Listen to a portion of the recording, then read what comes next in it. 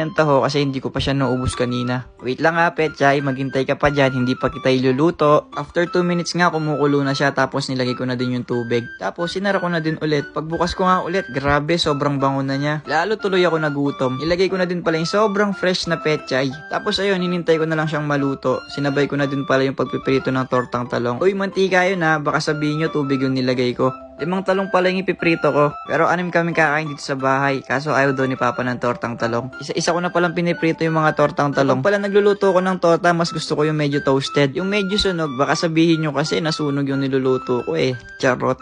No, parang ganyan lang siya. Pero konti pa. Kumuha na muna pala ako ng bond paper para hindi siya masyado mamantika. Yung ate ko, sumasayaw pa. Ubusan na din kami pala ng tissue paper. Pagkatapos nga maluto yung tortang talong, nilagay ko na siya kagad sa strainer para matanggal yung ibang mantika.